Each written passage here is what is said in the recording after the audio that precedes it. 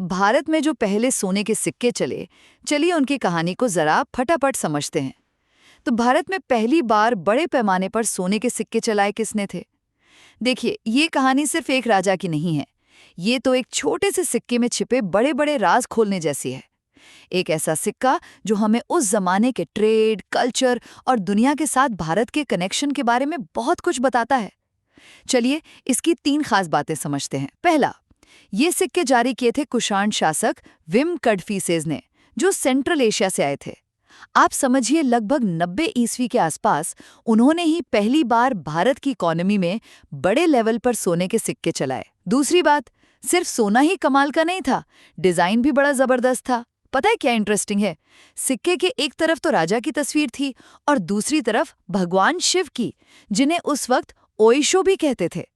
ये दिखाता है कि कैसे दो अलग-अलग कल्चर एक छोटे से सिक्के पर एक साथ आ रहे थे। और तीसरी और सबसे जरूरी बात, ये सिक्के सिर्फ पैसा नहीं थे, नहीं, ये उस दौर के ग्लोबल ट्रेड का पक्का सबूत थे।